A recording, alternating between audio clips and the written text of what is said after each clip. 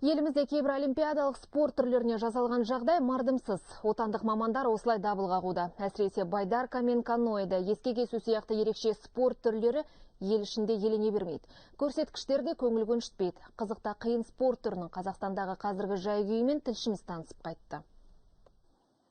Ерте кезден құралайды көзге атып, қара күшіне сеніп келген қазақтар үшін еске кесу деген сөз ерсі естілетін секілді. Бірақ дәл осы спорт түрі олимпиада бағдарламасындағы медалі мол сайыстар қатарында. Соны жақсы білетін жерлестеріміз ескекке есік етіп, жаппай меңгеріп жатыр. Алайда адым алға баспай, ойын оңбай тұр. Бөлінетін ақша мардымсыз, қала берді, жаттығатын жер жоқ. В первую очередь у нас не хватает гребного канала. По Казахстану его вообще нету. Ең біріншіден еске кесу спортына арналған елімізде ешқандай орын жоқ. Шама келгенше шетелдерге шығып дайындалуға тырысамыз. Сонымен қатар мемлекеттен бөлінетін қаржы мардымсыз. Сондықтан шығар олимпиада жүлдегерлерінің жоқтығы. Байдарка мен каноэда еске кесумен елімізде 2000-нан астам адам айналысады екен. Оның 400-ге жуығы Астана қаласында. Елордада әсіресе жасөспірімдер арасында жақсы дамыған.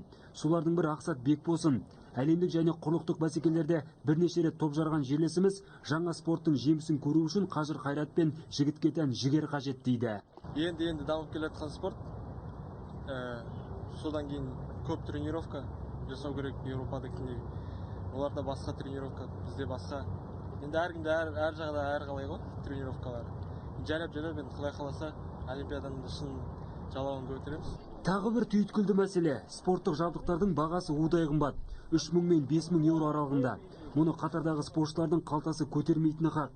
Ал бөлінетін жартымсыз қаржы бәрін бірдей байдарка мен жарылқауға жетпейді. Аслан Қаженов, Марат Диханбай, Астана қаласы.